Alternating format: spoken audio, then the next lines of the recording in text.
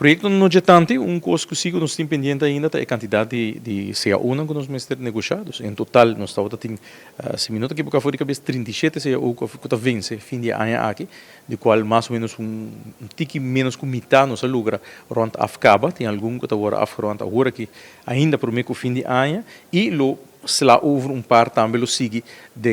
para outro ano para terminar a negociação e agora é para chegar na acordo novo o viagem em casa nem botar baitor com retroativo pois botar começar per em janeiro pero dorco é ano aqui tá outro ano especialmente fim de ano aqui todo ano pisa para o que trata esse ano que acaba então total de 37 se o que acaba não tá nada então é um candidato bastante respeitável de CEO pois não se logra de